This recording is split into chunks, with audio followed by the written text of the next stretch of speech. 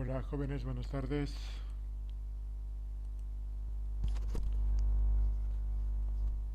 Buenas tardes, Lice. Buenas tardes, Licen. Tardes. Recording in progress.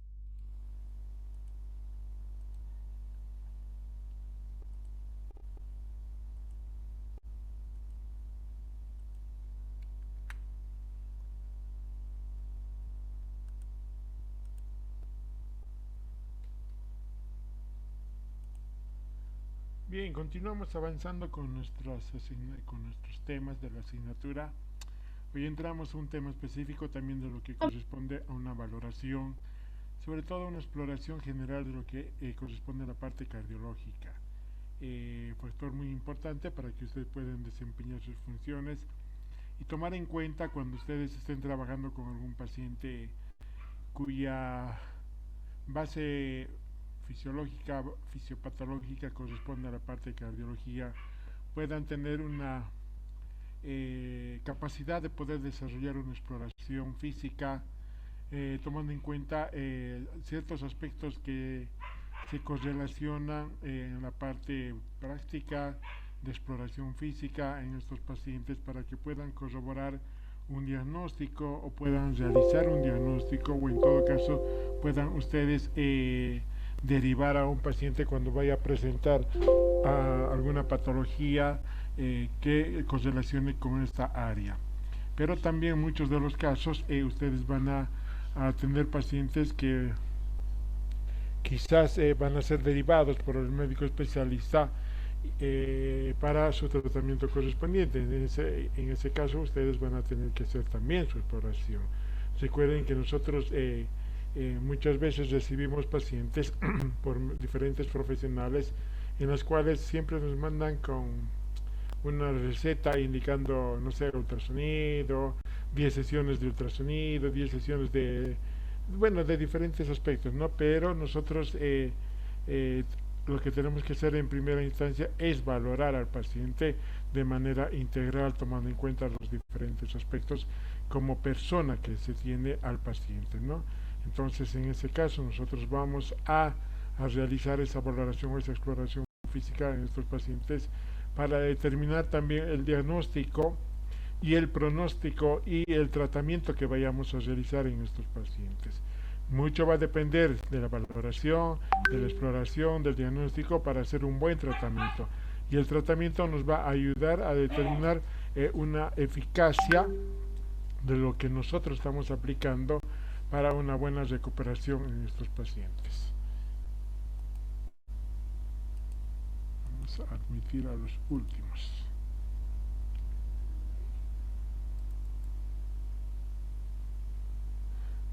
En la parte de, bueno, cardiológica es un mundo muy interesante, puesto que nos ayuda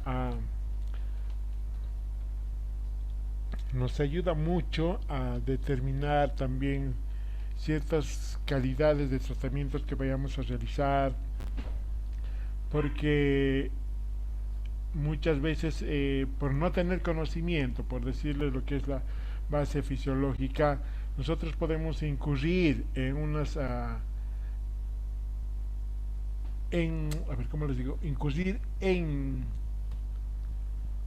alteraciones que se podrían agravar la situación de vida del paciente o incluso llegar a la vida, a la muerte misma del paciente.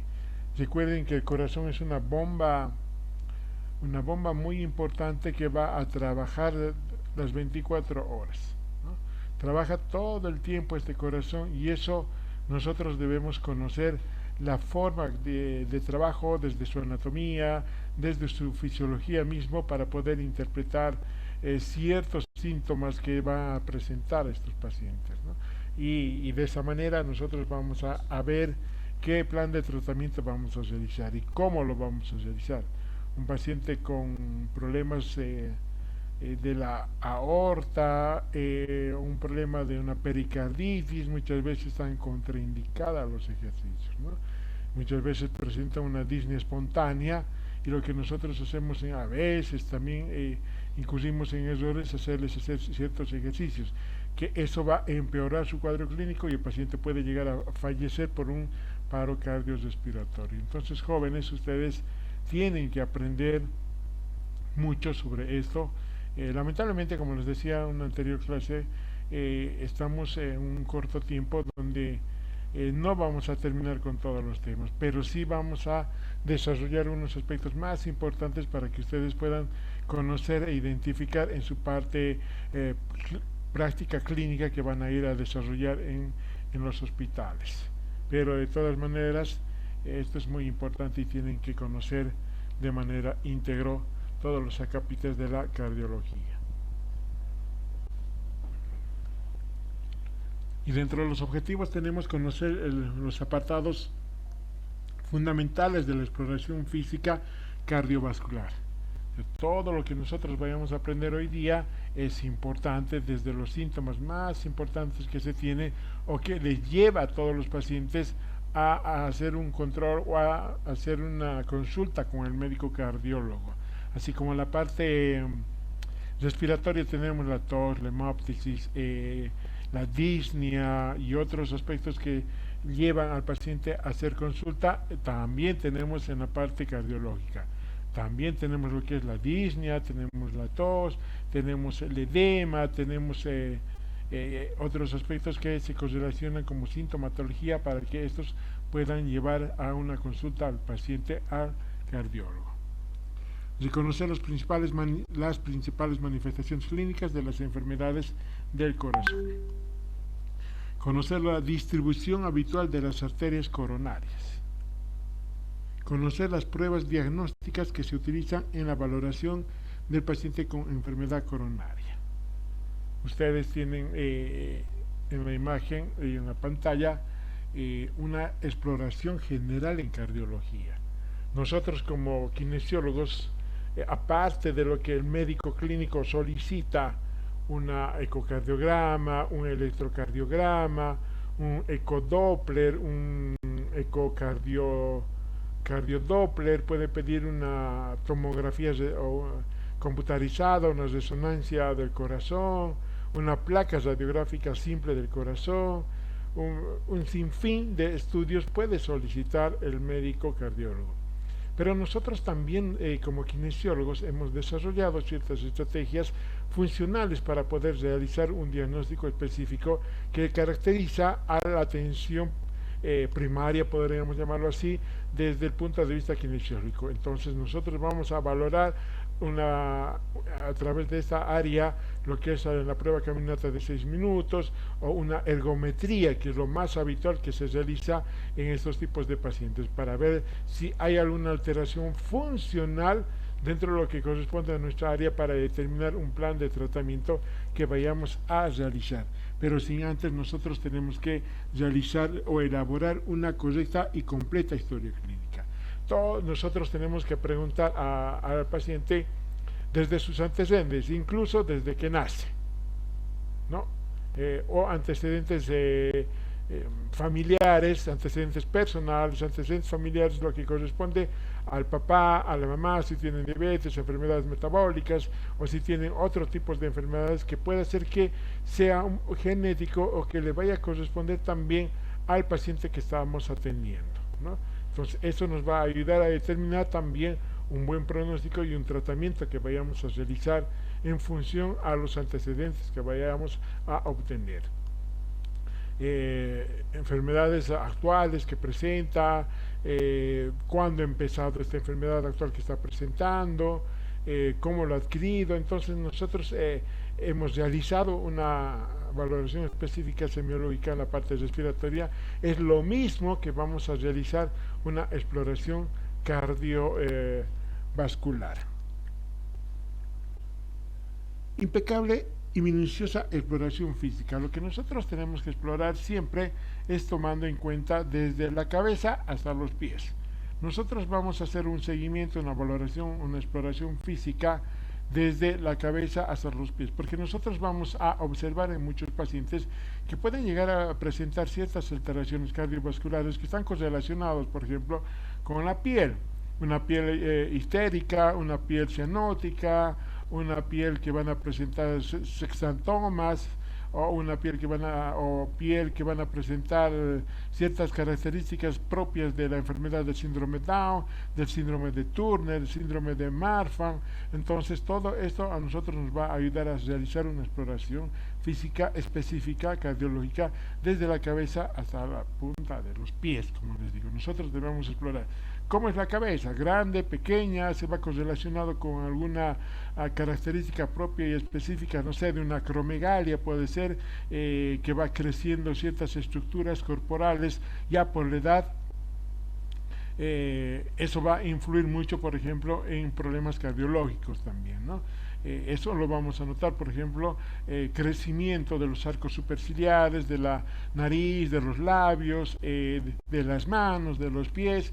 Entonces, todo eso nosotros tenemos que ir observando esas características de manera específica al momento de realizar una exploración. En el niño con síndrome Down o la persona con síndrome Down también tienen características o facies propias de esa patología genética que van a determinar una alteración cardiológica en estos casos. Las principales manifestaciones clínicas de las enfermedades del corazón son 5. Uno, lo que vamos a ver es la disnea. Es muy frecuente la disnea ver en estos tipos de pacientes. También tenemos lo que es el dolor torácico, ¿no? El síncope, el desmayo, ¿no?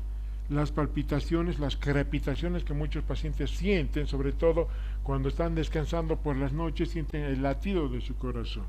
Y eso nos tiene que llamar a la atención a nosotros cuando estamos realizando la exploración física y también estamos realizando la consulta o la exploración en nuestro paciente cuando nos indica qué es lo que lo que está sintiendo. Y el edema, que nos va a ayudar a determinar también el grado de complicación cardiológica que vaya a presentar. No siempre puede ser del corazón, puede ser un problema sistémico o puede ser también un problema renal. Entonces hay un sinfín también de patologías que desencadenan un edema. Algunos fármacos también ayudan a poder producir edema en miembros inferiores, superiores, en la cara. Entonces recuerden, jóvenes, cuando yo les pregunte en el examen cuáles son las manifestaciones clínicas más frecuentes en las enfermedades del corazón, ustedes dirán son 5: la disnea, el dolor torácico, el síncope, palpitaciones y el edema. Se les puse aquí en la pantalla algunas características muy comunes que vemos de origen cardiovascular y de origen no cardiovascular en cada una de estas sintomatologías. Por ejemplo, la disnea de origen cardiovascular, vamos a tener muy a menudo una insuficiencia cardíaca, una angina de pecho, un tromboembolismo pulmonar, una hipertensión pulmonar.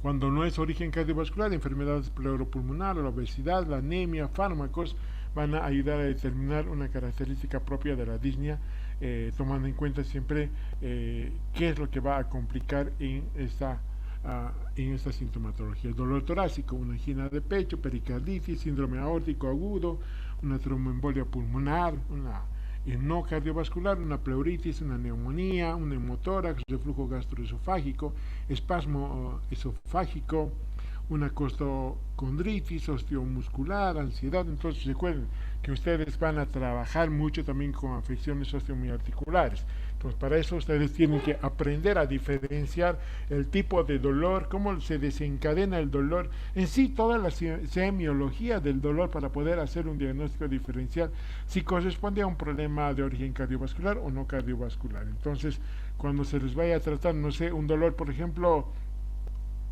muchas veces he visto que tratan una calcificación del hombro o una tendinitis por alguna afección del hombro. Entonces ustedes tienen que aprender a diferenciar si es un problema osteomiarticular o es un problema cardiológico, ¿no? Porque puede irradiarse hacia el hombro, hacia el brazo, puede irradiarse el dolor de origen cardiovascular hacia la espalda, a la región interescapular, puede irradiarse a la mandíbula, al cuello, al abdomen mismo. Entonces lo que nosotros tenemos que aprender siempre es hacer una valoración específica semiológica del dolor.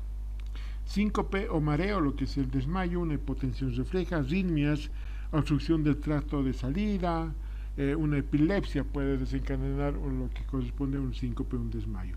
Las palpitaciones, arritmias cardíacas, en no origen cardiovascular vamos a tener ansiedad, hipertiroidismo y los fármacos que van a desencadenar esta sintomatología.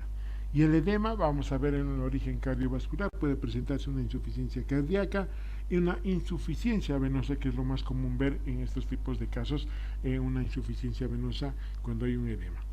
Una insuficiencia renal, un origen no cardiovascular, insuficiencia hepática, fármacos que desencadenan. Entonces ustedes pueden ver, jóvenes, aquí los ejemplos que les puse de origen cardiovascular y de origen no cardiovascular que se desencadena esta sintomatología.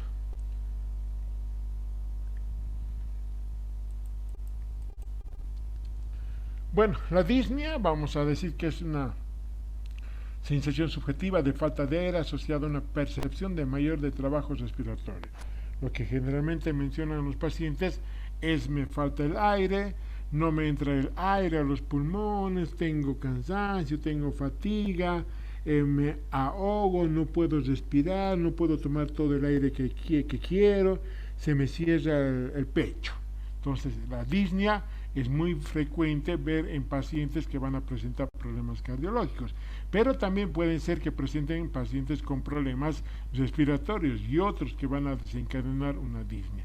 Como también nosotros en pacientes cardiológicos que van a presentar la disnea con cierta complicación, es generalmente cuando estos pacientes están descansando ya por la noche y se sientan de repente, sienten esa sensación de ahogo, falta de aire, entonces empiezan a sentarse o incluso muchas de las veces llegan a dormir de sentado, ¿no? Amanecen sentado en todo caso. Entonces eso es un antecedente muy importante para nosotros y determinar la calidad de disnea que está presentando, en la cual nosotros vamos a hacer una valoración específica de lo que corresponde a una disnea. Denme un ratito, por favor. Y aquí tenemos nosotros la clasificación de la disnea, ¿no? Grado 1, grado 2, grado 3 y 4. Cada uno de estos va a corresponder a un aspecto que vamos a valorar. En grado 1 el paciente presenta disnea cuando realiza grandes esfuerzos, correr, subir varios pisos de escalera, deportes, trabajos físicos intensos que efectuaba sin molestias poco tiempo antes de presentar. El grado 2 el paciente presenta disnea cuando realiza esfuerzos moderados cotidianos. Caminar, correr un breve trecho, subir un piso de escalera. El grado 3 el paciente presenta disnea cuando realiza esfuerzos ligeros, higiene, vestirse, hablar, comer.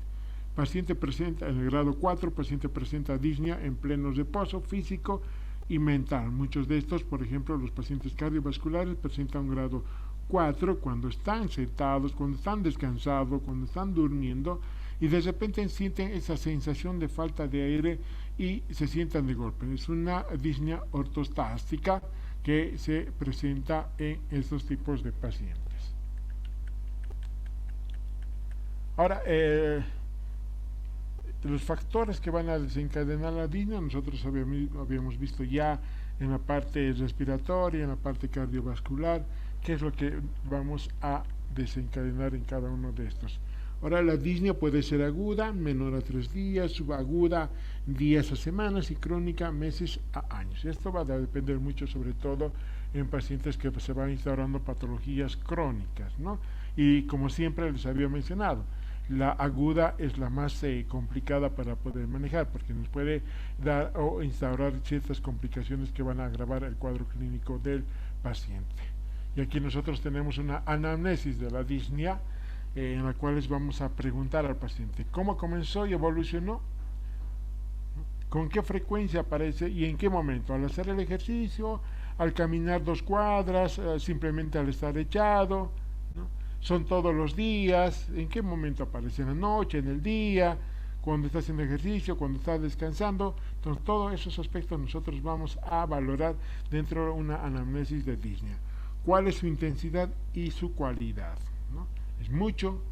¿Menos? ¿no? Entonces vamos a determinar a través de esos aspectos una valoración. ¿Qué causas la desencadenan, la acrecentan o la alivian? Por ejemplo, en pacientes cardiovasculares que van a presentar una angina de pecho, como les decía,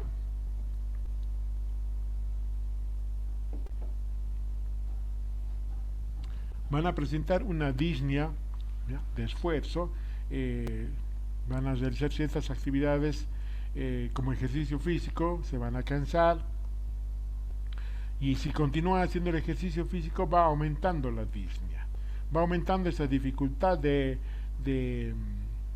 respiración, esa sensación de aire que le falta, ¿no? ¿Y cómo le va a pasar? ¿No? ¿O qué le va a aliviar? El reposo, eso le va a aliviar. Ahora, en todo caso, en pacientes que van a presentar problemas de aorta, por ejemplo, o problemas de pericarditis, el paciente está descansando en la noche, está durmiendo y sientas esa sensación de ahogo, ¿no? La postura en decúbito dorsal es la que está desencadenando esa disnea. ¿Y qué es lo que va a aliviar? Es la posición sedente. Entonces ahí nosotros estamos ya valorando qué es lo que desencadena, qué acrecienta y lo alivia. ¿Existen síntomas acompañantes? ¿Cuáles son?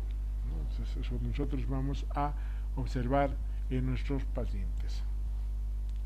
El dolor torácico. Ya hemos hablado mucho nosotros, espero que no se hayan olvidado de la semiología del dolor. Entonces nosotros tenemos que ver cómo empieza el dolor, cuándo empieza, qué es lo que va a desencadenar, qué tipo de dolor está presentando, si es con irradiación, no irradiación, qué desencadena. Entonces todos esos factores semiológicos nosotros vamos a determinar si es un problema cardiovascular, si es un problema osteomiarticular, si es un problema respiratorio. Recuerden que mucho del dolor característico propio del corazón es un dolor opresivo, como también puede ser punzante, como si estuviese clavando algo, ¿no? Entonces los pacientes indican: tengo un dolor en la parte izquierda del corazón que me va hacia el brazo y siento como si me estuviese apretando algo, como si estuviese poniendo un peso en mi pecho, ¿no?, o en el corazón, que me dificulta la respiración, por decirlo, ¿no? Entonces eso es lo que menciona. Como también el dolor puede irradiarse hacia el lado derecho simplemente, y no así hacia el lado izquierdo. Entonces nosotros tenemos que aprender a interpretar esa característica propia del dolor que nos está indicando el paciente. O el dolor, como les decía hace rato, puede irradiarse hacia el cuello, hacia la mandíbula, hacia el abdomen, hacia la parte interescapular, como un clavazo que nos indica el paciente, ¿no? Es un dolor característico que se genera sobre todo en pacientes con patologías cardiológicas que vamos a ver. El dolor torácico de perfil anginoso tiene una localización retroesternal. Es opresivo, como un peso, y puede irradiarse a uno o ambos brazos, espalda, cuello o mandíbula. Esto es lo que yo les mencionaba hace rato, las características que van a desencadenar un dolor de origen cardiológico. Y bueno, ustedes pueden ver las diferentes áreas que van a desencadenar el dolor: cardiovascular, pulmonar, gastrointestinales, musculoesqueléticas, cutáneas, mamarias y psicógenas, ¿no? Mucho de esto vemos en pacientes que vamos a valorar. Clasificación de la clase funcional para la disnea canadiense cardiovascular. Esto es lo que nosotros podríamos valorar en la disnea, pero nos hemos pasado a la semiología del dolor, lo que ya hemos avanzado anteriormente, y ustedes ya tienen que tener conocimiento cómo se realiza una valoración: antigüedad, localización, irradiación, carácter, intensidad y atenuación o agravación que va a haber.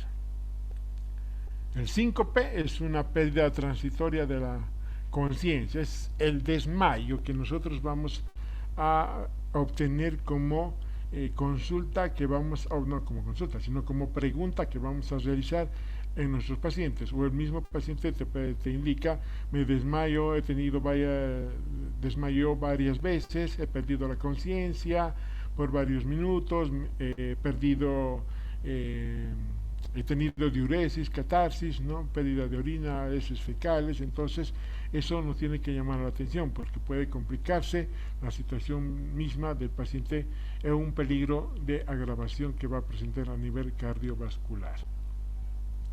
Las causas de síncope nosotros podemos ver a nivel neurogénico, un desmayo vasovagal, síncope del seno carotideo, ortostático, falla autonómica. Muchas veces, por ejemplo, estamos viendo a un paciente en el hospital y le hacemos parar de golpe, de manera repentina. Entonces ahí tiene un cambio brusco del sistema ortostático y el paciente se desmaya, como sintomatología va a perder, tiene pérdida o visión borrosa, mareos. Nosotros tenemos que saber manifestar esa sintomatología en nuestros pacientes. Arrítmico, disfunción del tono sinusal, enfermedad del sistema de conducción, taquicardias paroxísticas, síndromes congénitos, mal funcionamiento de marcapasos, efecto de proarrítmico de fármacos. Entonces nosotros vamos a obtener las causas de un síncope para obtener esta manifestación clínica. La cefalea, náuseas, sudoración, debilidad, trastornos visuales. Esto es lo que generalmente manifiesta el paciente antes de desmayarse, ¿no? Presenta dolor de cabeza, náuseas, sudoración, debilidad y trastornos visuales. Estos son los síntomas que generalmente presenta el paciente antes de desmayarse. Y lo que nosotros tenemos que aprender es a identificar, en todo caso, cuando estamos haciendo en nuestro internado rotatorio o estamos atendiendo al paciente en el hospital. Muchas veces la sudoración generalmente se manifiesta como terminología médica como diaforesis. Las palpitaciones se refiere a la percepción generalizada desagradable del latido cardíaco por parte del paciente. Se trata de una sensación subjetiva que resulta difícil de definir y los pacientes pueden utilizar términos como golpe, salto o galope. Todo lo que les decía al inicio de la clase son palpitaciones o manifestaciones que presentan los pacientes sobre todo por la noche. Y las causas de palpitaciones son cardíacas, psiquiátricas, otros y fármacos también. Entonces cada uno de estos elementos vamos a observar y vamos a aprender, por ejemplo, la fibrilación auricular, la taquicardia, extrasístoles ventriculares, supraventriculares, aleteo auricular, taquicardia ventricular, enfermedad del nódulo sinusal, marcapasos disfuncionantes, prolapso de la válvula mitral, insuficiencia aórtica, mixoma auricular, hipotensión ortostática. Las psiquiátricas vamos a tener, por ejemplo, trastornos del pánico, ansiedad, somatización, angustia, depresión. Y en otras tenemos las tirotoxicosis, feoctomacitoma, cuadros febriles, anemia, embarazo, mastocitosis, perimenopausia, fármacos y otros elementos que desencadenan las palpitaciones en pacientes con problemas cardiovasculares. Y el edema. Hablamos de edema cuando existe un aumento del volumen de los tejidos debido a una acumulación de líquido en el espacio intersticial. Entre sus posibles causas destacan lo que corresponde a una insuficiencia hepática, enfermedad renal, el fallo cardíaco o algunos fármacos. Entonces todos estos elementos son los que van a desencadenar un edema. Puede ser unilateral, bilateral, y nosotros tenemos que aprender a realizar la clasificación del edema a través de su presentación clínica. Puede ser grado 1, 2, 3, 4, eso lo marcamos en cruces. 1, ¿no? 2, 3, 4. Esto va a depender mucho de la presión que vayamos a obtener, ¿no? 1, cuando es leve, de depresión sin distorsión visible de lo que corresponde a la piel. Depresión de hasta 4 milímetros en grado 2, hasta 6 milímetros en grado 3 y hasta 1 centímetro de grado 4, ¿no? Y ahora esto también nos tiene que tomar en cuenta y llamar la atención, es la extensión. Puede ser simplemente el dorso del pie, puede ser el maleolo, puede ser la pierna, o puede ser de pie, tobillo, pierna, muslo, ¿no? Puede ser la mano, puede ser la cara, los ojos que están edematizados. Cuando hay una edematización generalizada, Ya ahí nosotros tenemos que ver que el cuadro clínico generalmente está siendo gravemente perjudicada por alguna falla del sistema cardiovascular, renal o sistémica o metabólica también.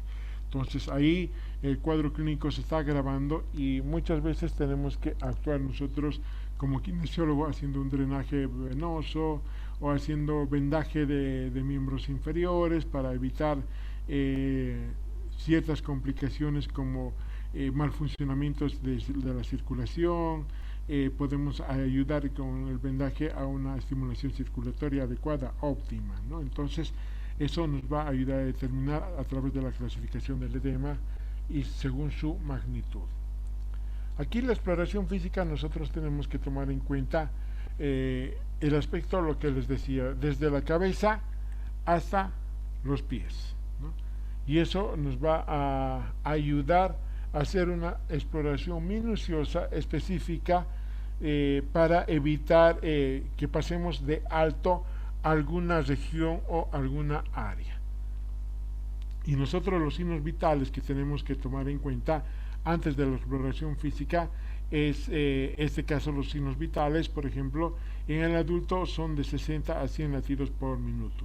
En el niño tenemos de lo que corresponde 80 a 120 y en la parte neonatal de 100 a 150 latidos por minuto. La frecuencia respiratoria, que también nos tiene que llamar la atención para poder ver si hay una correlación o alteración entre la parte cardiológica y respiratoria. Hemos dicho que en el adulto puede ser de 12 a 20, en el niño de 20 a 30, en la parte neonatal de 30 a 50 respiraciones por minuto. Aquí me equivoqué, no es frecuencia cardíaca, es la hipertensión, la tensión arterial, por favor. En el adulto es de 80 a 120 miligramos de mercurio que tenemos que tomar en nuestros pacientes. Me imagino que cada uno de ustedes sabe tomar la presión, ¿verdad?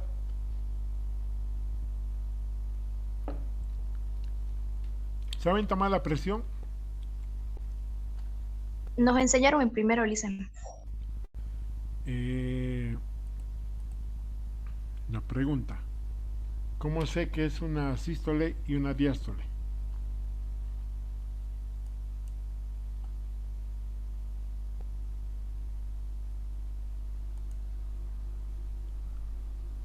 América Mamani.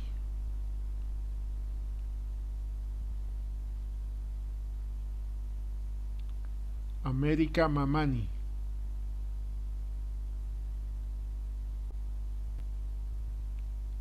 América Mamani. No está en clase.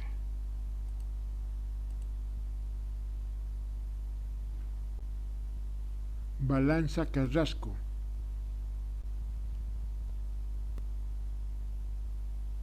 Balanza Carrasco.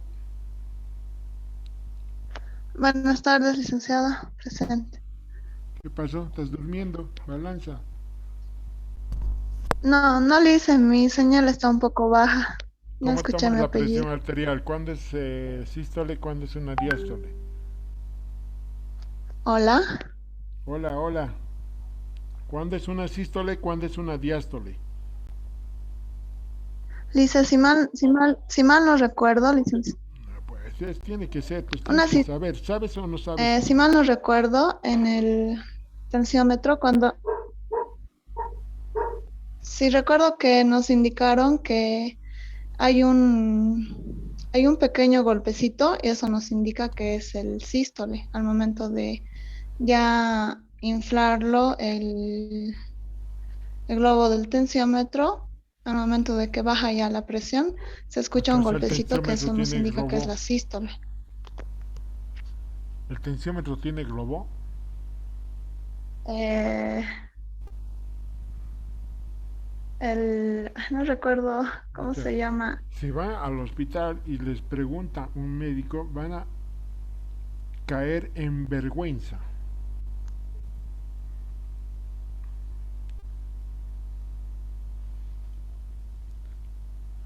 Avilés Choque.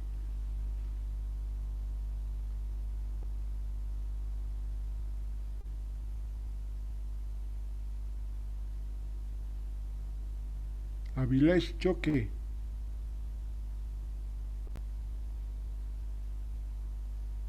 No está, la vamos a eliminar. No responde. Chilaca Reaño.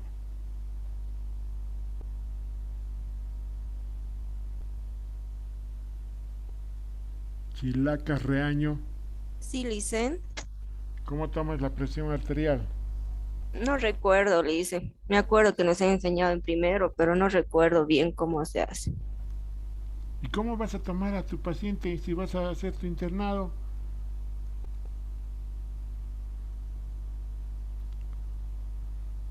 Tendríamos que enseñarte de nuevo.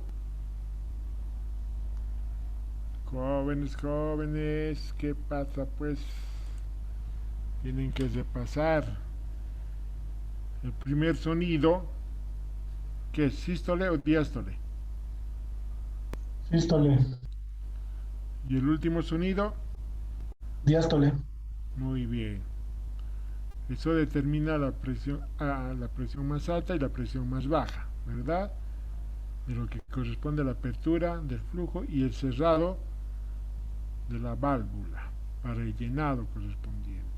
¿A cuánto debemos insuflar el manguito del esfigmomanómetro?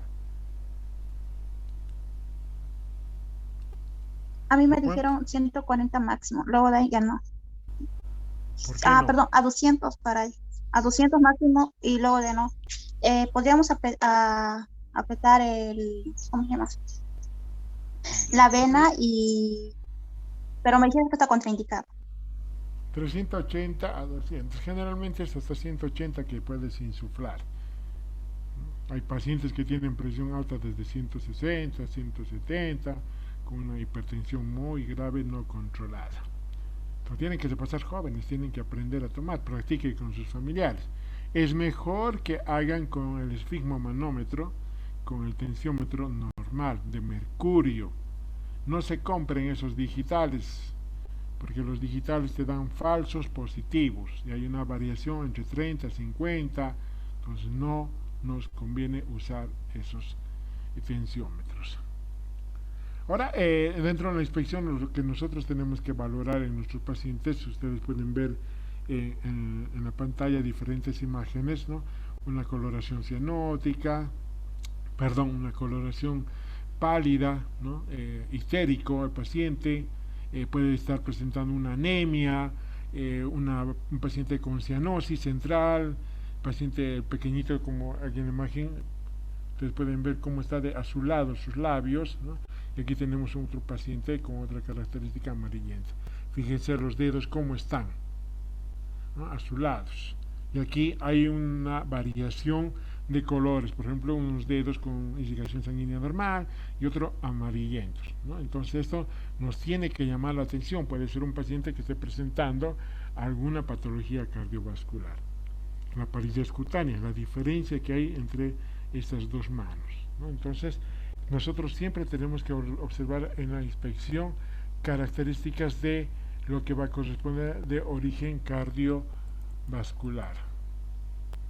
Signos de dislipidemia, ¿no? Aquí tenemos las sactomas y sactelmas, ¿no? Estos nódulos que se presentan en la piel y en los ojos. Alguna vez van a observar o han visto quizás en algunas personas, ¿no? Esto es propio también de una enfermedad cardiológica. Malformaciones congénitas que nosotros vamos a ver, por ejemplo, en el síndrome de Marfan. Son pacientes muy delgados, de estaturas bastante largas, miden 2 metros a 2,20, fíjense las manos cómo están, ¿no? Dedos largos tanto de las manos como de los pies. También tenemos acropaquías, los dedos famosos, dedos de palillos en tambor. Tenemos el síndrome de Turner. Tenemos otros síndromes. El síndrome es muy frecuente también que vemos nosotros, es el síndrome de Down, ¿no? Que van a desarrollar una patología cardiovascular propia. Entonces nosotros tenemos que observar estas características. El pulso venoso, que es muy a menudo también ver en pacientes con insuficiencia venosa, ¿ya? En pacientes que van a tener esta alteración. Van a notar en estos pacientes, como en la imagen que están observando, la dilatación de la vena yugular, ¿no? Que se encuentra entre el esternocleidomastoideo. Entonces, esta vena se dilata y me tiene que llamar la atención que en el paciente está presentando un problema de origen cardiológico, o simplemente muchas veces se desencadenan varias venas a nivel de lo que corresponde a nivel de la parte superior del tórax y del cuello. La palpación del latido apical, generalmente nosotros cuando vemos a estos pacientes, sobre todo mayorcitos de la tercera edad, sienten esas palpitaciones, como les decía hace rato, y nosotros ponemos la mano a nivel del corazón y también llegamos a sentir esas palpitaciones. Es cuando el corazón está agrandado o tiene bastante contracción muscular cardiológica y nosotros sentimos esas palpitaciones, ¿no? sin necesidad de utilizar el fonendoscopio, ¿no? Y la palpación de lo que corresponde al pulso arterial. Eso nosotros tenemos que valorar también en nuestros pacientes antes de empezar a hacer la fisioterapia y después también de hacer la fisioterapia. Esto va a depender mucho. Tenemos lugares específicos a nivel cubital, a nivel radial, a nivel de lo que la carótida, a nivel femoral, a nivel popliteo, a nivel dorso del pie, la arteria del pedio. Entonces eso nos va a ayudar a determinar. Y la auscultación que vamos a realizar en nuestros pacientes. Por ejemplo, los focos habituales de auscultación, la aórtica que tenemos a este nivel, que está entre la línea parasternal derecha, entre el segundo espacio intercostal, ¿no? Y la aórtica accesoria, lo que corresponde a la línea parasternal izquierda, entre la cuarta y la tercera y cuarta, entre el espacio intercostal. Luego tenemos la mitral en la línea media, ¿ya? Clavicular izquierda, entre el quinto espacio intercostal. Luego tenemos la pulmonar, que está entre la línea parasternal izquierda, entre el segundo espacio intercostal. Luego tenemos la tricúspide, ¿ya? En la línea parasternal izquierda, a la altura del apéndice sigmoides. Muy bien, he tratado de hacerlo lo más cortito posible para que puedan ustedes desarrollar un aprendizaje lo más rápido y lo más necesario posible de lo que nos corresponde a la parte de fisioterapia al realizar una exploración física. ¿Dudas, preguntas? Dicen, el video lo va a subir, ¿verdad? Perdón, no te escuché. El video lo va a subir, ¿verdad? ¿Video? De esta clase. Sí, perdón, sí. Lo voy a subir hoy día todos los temas, por favor. No he tenido dificultad con la computadora. No pude. Muchas gracias. Bien, jóvenes, si no hay más preguntas, nos vemos el día jueves y viernes. Hasta luego, Alicia. Hasta luego, jóvenes. Recording stopped.